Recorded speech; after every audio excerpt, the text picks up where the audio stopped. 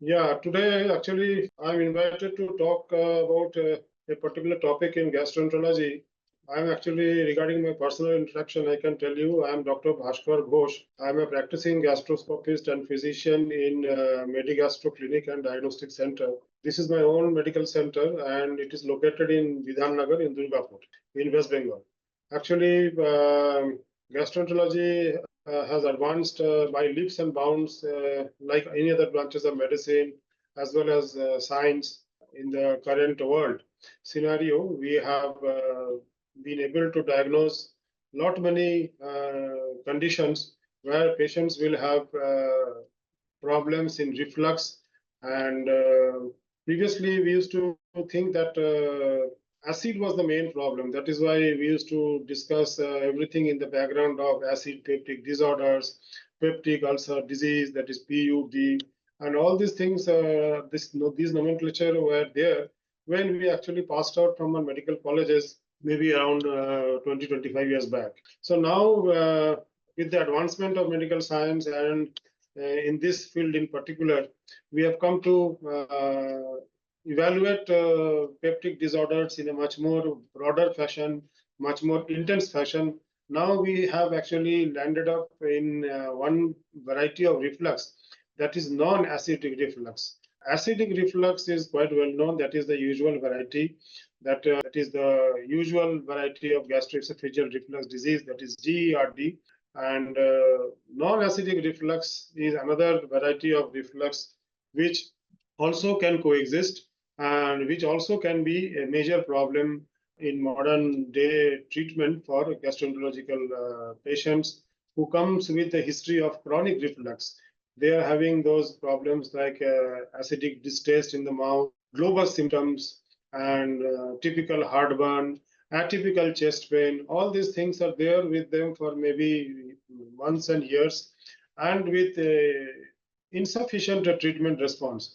That's why they do doctor shopping. Many a time they go from one doctor and try some medications on their own as well. That is the OTC medicines, over the counter medicines they try. Sometimes they find no relief. Sometimes they find that their problems have elevated to some extent. Then they are actually left to any medical interventions or evaluations. So that is how it continues. So non-acidic reflux, that is the bile reflux, that is the alkaline reflux.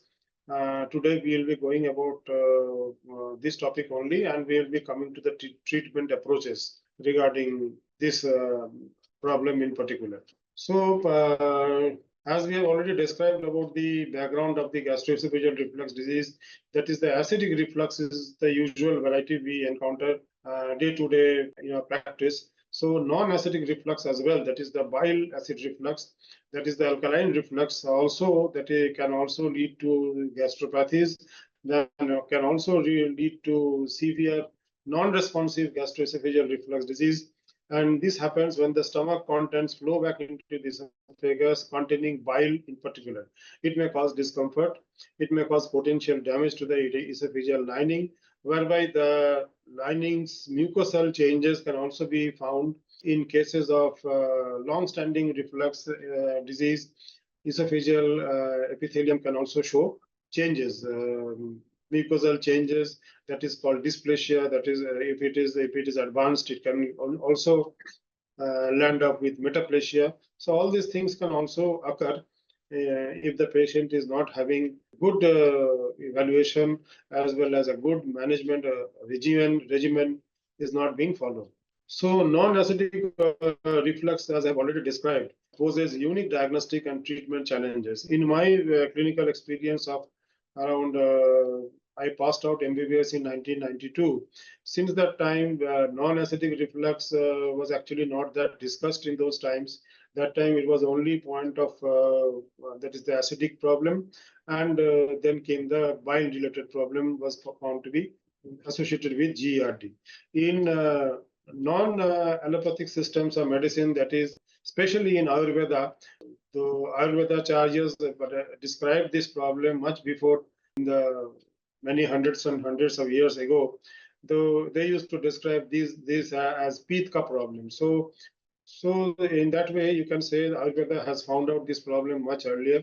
Now in the modern medicine, we also have agreed to that, and non-acidic reflux can usually actually pose unique diagnostic as well as treatment challenges. Diagnostic evaluation for any typical reflux disease will be done by the clinical symptoms the patient is facing. Then the patient should undergo the typical diagnostic evaluation.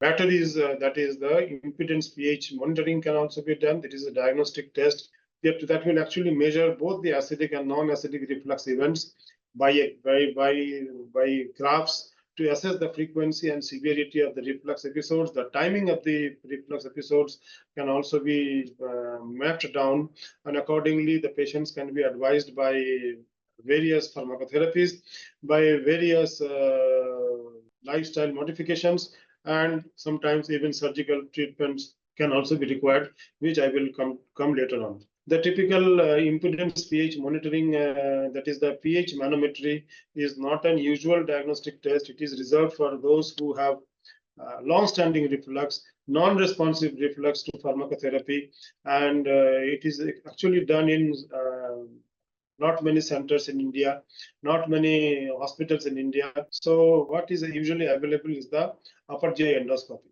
So this actually aids in evaluating the esophageal mucosa for signs of inflammation, erosion, as well as damage which can be caused by non-acidic reflux.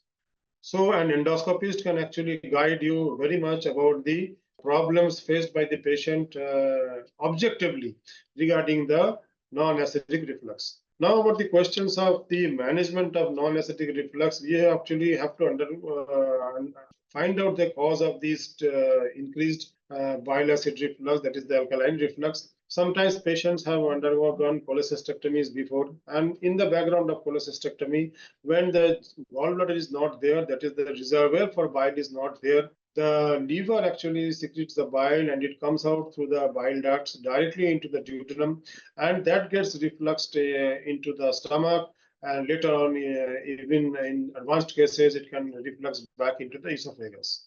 So patients who are having post-cholecystectomy syndromes like this can have bile acid reflux disease. Not every post-cholecystectomy patients will actually have this. Some patients who are obese, who have undergone cholecystectomy, can also have the increased propensity to develop the alkaline reflux later on in their part of life. So regarding management aspect of this bile acid reflux, that is the alkaline gastropathies, the preventive measures are quite important. They are actually the key to managing the non-acid reflux. So this actually encompasses the dietary and lifestyle alterations. Dietary modifications and alterations are quite important for any disease in gastroenterology, especially also for this acidic reflux disease and the non-acidic reflux patients like the bile acid reflux patients. So what all dietary modifications are usually helpful? One should actually avoid trying the trigger foods and beverages that can exacerbate the reflux symptoms, such as the fatty foods. If you have more and more of fatty foods, the more and more of bile will actually come into the stomach. Natural means to digest the bile is to break the fatty acid in fatty acids into smaller molecules, that is called the micelles. The more the fatty foods you take, the more the bile secretion will happen. So that will exacerbate the acid alkaline reflux. So caffeinated foods, chocolates, and carbonated drinks also has been found to exacerbate the exacerbate any reflux, or also the alkaline reflux, by reducing the LES pressure, that is the lower esophageal sphincter pressure. And consuming small, more frequent meals are actually beneficial to reduce the gastric distension and minimize the reflux episodes. Now, this about the dietary modifications I have discussed. Then comes the lifestyle changes. Now, what are lifestyle changes actually can help in the background of reflux disease, be it acidic reflux, be it alkaline reflux? A usual thing that can be done is to customize the beds to help alleviate the head end while sleeping. So when the patient actually lies down on his back and becomes totally comes to in a horizontal state, so they have more and more reflux. Now if you raise the head end of the bed by 30 to 45 degrees. So this actually prevents the reflux episodes, and this will improve the reflux symptoms during the sleep, and that will also promote better esophageal clearance of the gastric contents. This can in fact be demonstrated if a patient is undergoing 24-hour or 48-hour pH manometry studies. So that also will highlight the positive changes that can be attributed by simply raising the head end of the bed while sleeping for these GERD patients. Other than raising the head end of the bed and maintaining a healthy weight through regular exercise and balanced diet is also very, very important to alleviate the pressure in the lower esophageal sphincter and to reduce the reflux symptom. So morbid obesity should be avoided, and morbidly obese patients should be counseled to reduce weight drastically and to bring the BMI within the control level, within the stipulated level through regular exercise or by diet control. And in that background, a balanced diet is all the more important to alleviate the alkaline reflux. Now about the pharmacotherapy. Pharmacotherapy plays quite an important role in the background of alkaline reflux. So we have various means of tackling this reflux for these patients. Now comes the first generation of drugs, that is the H2 receptor antagonists. So H2 receptor antagonists, that is the cimetidine, ranitidine, all these things were there in very much in use when we just have passed out of our MBBS times. So in that time, I still remember one tablet of Zintac used to cost around 35 rupees in those times. That was in 92, 94, in the year 92, 94. So that has came down so drastically to less than 1 rupee per tablet when the proton pump inhibitors came into the world, and PPI started getting more and more popular because of their better efficacy, because of their better treatment response. So PPIs have actually taken over the place of the H2 receptor antagonists, and nowadays H2 receptor antagonists are hardly prescribed. We all usually go into the PPI-based therapy, PPI-based drug regimens there, which will actually suppress the proton pumps and reduce the acid environment of the stomach and maintain a pH of level of around 4, which will be beneficial for proper digestion and reduce the reflux episodes.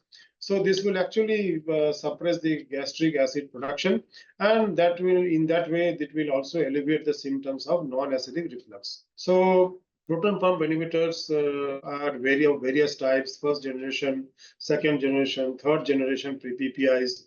Now, proton pump inhibitors are very much found to be useful for erosive gastritis, in the background of non-erosive gastritis, in the non-erosive reflux disease, NERDs, and also in the background of alkaline gastritis as well. Now, other than proton pump inhibitors and H2 receptor antagonists, as we have already described, there are prokinetics which can also be prescribed as per the need to reduce the reflux episodes, weight loss, lifestyle modifications, pharmacotherapy, that is the PPI, H2 receptor antagonists, and later on you can also add up prokinetics as per the patient's profile. You can give domperidone, you can give levosulpride, you can give etopride, you can give lot many things. So which actually should be given for a long-term basis. And the current dictum is you should give high-dose PPI therapies for patients who are having nocturnal acid breakthrough, who are having erosive gastritis, who are having other problems coexistent with the alkaline reflux. So, being these usual treatments usually can reduce the alkaline reflux, can reduce and even heal the erosive esophagitis if you find something like that in the upper GI endoscopies. If that is given for some time in a prolonged fashion, like maybe 2 to 4 months, in my experience, I found that many a time patients really get a lot of benefit by this sort of treatment regimen. Bile acid sequestrants like the cholestyramine and cholesyvalum, I have very limited experience regarding these use. They are also actually will be binding the bile acids in the stomach and prevent their reflux into the esophagus. They are actually given for non-responsive patients to the usual treatment. And other than that, we also have various other measures like surgical interventions can be done. Patients who are not responding to the pharmacotherapy for years and years, their reflux continues. They have sometimes developed Barrett's esophageal changes, that is the ectopic mucosa can also be found for chronic reflux patients.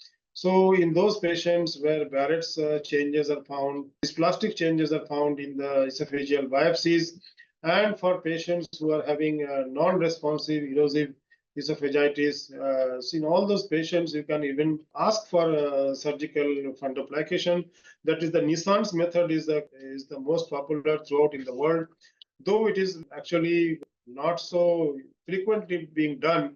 So this is another method where you can do fundoplication, and to in this case, in this surgery, you can even tighten the alias so that the reflux episodes can be alleviated. So this is actually done in cases where there is very severe or refractory non-acidic reflux that fails to respond to conservative measures and medical therapy. Other than that, various endoscopic treatments also can be done.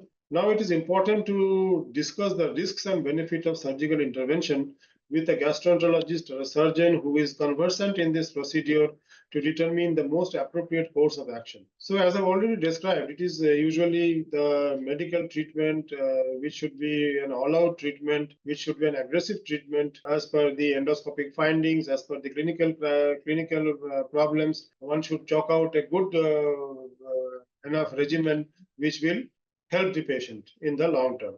So as we have found out that treating a non-acidic reflux, it is actually requires a multidisciplinary approach. So neither a general physician, nor a consultant physician, nor an endoscopist, nor a gastroenterologist will actually be good enough to deal with the whole gamut of the problem of persistent alkaline reflux disease.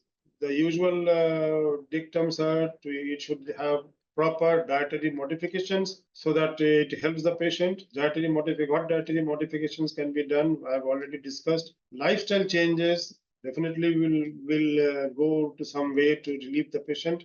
Medication therapy also I've already discussed. What are the medications like the PPIs, H2 receptor antagonists, the prokinetics, all these, and also we have certain newer medications like acushamide, which can also tighten the lower esophageal sphincter, and it can be also prescribed for persistent non-responsive reflux disease. So I found that to be quite beneficial, and 1 to 2 and 1.5 therapy actually helps the patient healing of the erosive esophagitis, and also for severe global symptoms. This actually is a good medicine, though it's a bit costly in the long run, but it is helpful. And surgical intervention may be necessary in certain and few cases. So to end up, nevertheless, addressing the underlying cause is essential. What actually is causing the reflux? In what background the patient is landing up with chronic, non-responsive alkaline reflux, and the lifestyle and dietary modifications, as I've already described, are actually the mainstay of the management of this clinical condition. So, other than that, in broadly speaking, the treatment strategies actually must be individualized. So, what do I prescribe for this patient actually should be an individualized form of treatment after considering all his problems, all his clinical signs, all his investigation findings. So, I will actually individualize his treatment. So this is actually done for most of the problems what we encounter in medicine. Similarly, for this one also, the treatment strategies must be really very much individualized. Now, targeted therapies actually can effectively alleviate the non-acidic reflux symptoms, and it will also improve the quality of life. Thank you so much. Thank you all for your patient hearing. Thank you everyone there in Dr. Reddy's who has given me this opportunity to give this lecture. Thank you so much. Thanks again.